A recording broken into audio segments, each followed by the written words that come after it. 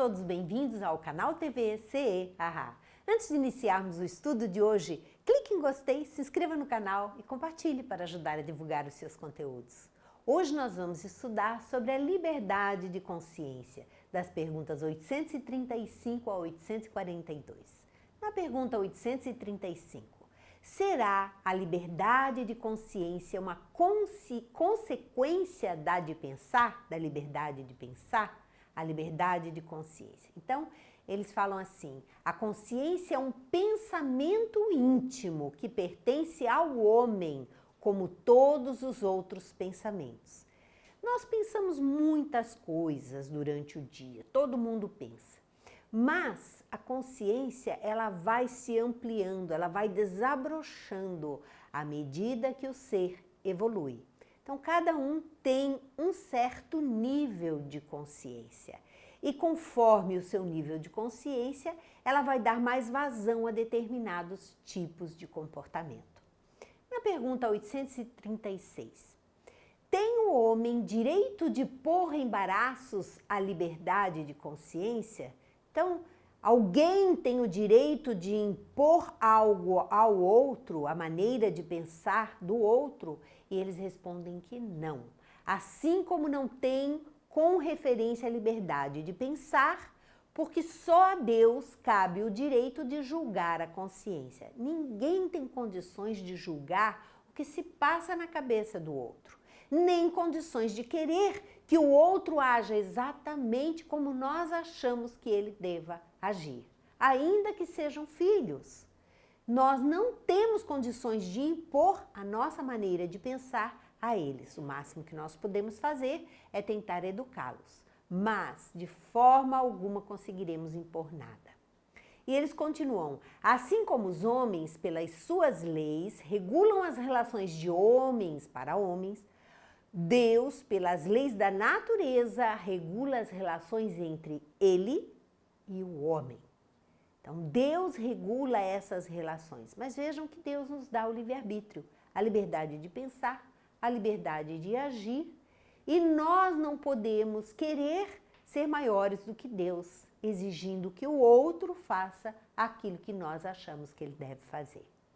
Na pergunta 837, que é o que resulta dos embaraços que se opõem à liberdade da consciência?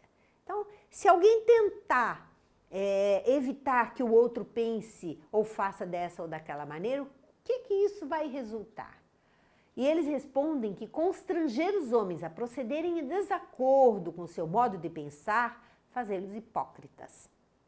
A liberdade de consciência é um dos caracteres da verdadeira civilização e do progresso. Não vamos conseguir impor nada a ninguém, mas nós tentamos, de maneira às vezes até mesmo inconsciente, nós tentamos sempre manipular o outro, nós tentamos sempre fazer com que o outro haja como nós pensamos que ele deva agir. O máximo que nós vamos conseguir é torná-lo uma pessoa hipócrita, que na nossa frente vai agir de uma forma e por trás de nós vai agir de outra forma.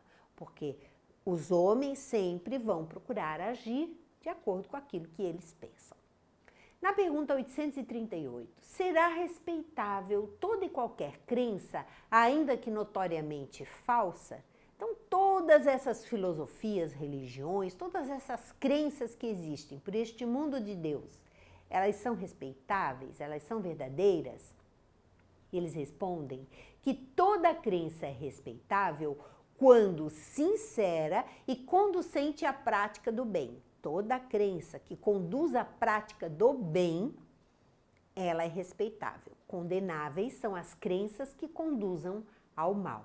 Entendamos por bem aquilo que aproxima das leis de Deus e por mal aquilo que nos afasta das leis de Deus. Na pergunta 839, será repreensível aquele que escandalize por motivo de sua crença um outro que não pensa como ele? As pessoas ficarem brigando uns com os outros porque um não pensa de forma igual à nossa Isso está certo? Nós ficarmos discutindo por causa de religiões, por causa de filosofias, por causa de crenças? E eles respondem que isso é faltar com a caridade e atentar contra a liberdade de pensamento. Todas as vezes que nós desejarmos impor algo a alguém, nós estamos faltando com a caridade e estamos desrespeitando o nosso semelhante. Na pergunta 840, será atentar contra a liberdade de consciência por óbices a crenças capazes de causar as perturbações à sociedade? Então, e aquelas crenças que podem causar perturbações à sociedade? E eles respondem, podem reprimir-se os atos, mas a crença íntima é inacessível. Então, nós podemos, sim, evitar crenças, por exemplo, que pensam que chegou o fim do mundo, vamos nos suicidar, coisas desse tipo. Nós temos, sim, a obrigação de colocar isso às claras, de mostrar o erro das pessoas. No entanto, aquilo que cada um pensa intimamente, isso nós não vamos conseguir modificar. Kardec faz uma nota. Reprimir os atos exteriores de uma crença quando acarretam qualquer prejuízo a terceiros não é atentar contra a liberdade de consciência, pois que essa repressão em nada tira a crença a liberdade que ela conserva integral, que é o caso justamente de nós evitarmos um mal maior para a sociedade, porque pessoas acreditam, por exemplo, como já realizaram, como já fizeram, que deveriam colocar uma bomba em determinado prédio, que deveriam matar determinadas pessoas porque essas não fazem parte da sua raça ou não fazem parte das suas crenças. Então, esse tipo de ação, a sociedade tem sim o direito de coibir, porque vai prejudicar a população, com certeza. Na pergunta 841, para respeitar a liberdade de consciência, dever-se-á deixar que se propaguem doutrinas perniciosas ou poder-se-á, sem atentar contra aquela liberdade, procurar trazer ao caminho da verdade os que se transviaram obedecendo a falsos princípios. Então dá para a gente tentar chamar a atenção da pessoa, olha, presta atenção nessa crença, presta atenção no que tu estás fazendo, se isso realmente vai te conduzir à felicidade, a um caminho bom, nós temos o direito de interferir dessa forma? E eles respondem, certamente que podeis e até deveis, mas ensinai a exemplo de Jesus, servindo-vos da brandura e da persuasão e não da força, o que seria pior do que a crença daquele a quem desejarias convencer. Então podemos sim e devemos conversar e tentar abrir os olhos das pessoas, mas sem a força, sem tentar impor nada. Se alguma coisa se pode impor, é o bem, é a fraternidade. Mas não cremos que o melhor meio de fazê-los admitir seja obrar com violência. A convicção não se impõe. Jesus, que tinha razão em tudo que fazia, em tudo que falava, ele não impôs nada. Ele deixou cada um livre para acreditar naquilo que bem entendesse. Na pergunta 842, como todas as doutrinas alimentam a pretensão de ser a expressão única da verdade, por que indício se poderá reconhecer a que tem o direito de se apresentar como tal? Quem é que tem a verdade em todas essas religiões, em todas essas filosofias? Quem está com a verdade? Será aquela que mais homens de bem e menos hipócritas fizer. Isto é, pela prática da lei de amor e de caridade na sua maior pureza e na sua mais ampla aplicação. Esse é o sinal porque reconhecereis que uma doutrina é boa, visto que toda doutrina que tiver por efeito semear a desunião e estabelecer uma linha de separação entre os filhos de Deus, não pode deixar de ser falsa e perniciosa. Então, aquela religião ou aquela filosofia que defende só aqueles que creem na filosofia. Os outros não têm os mesmos direitos, os outros não vão encontrar a salvação, os outros merecem desprezo, os outros não merecem a liberdade. Esse tipo de filosofia não está com a verdade, não está com a razão. Quem está com a razão?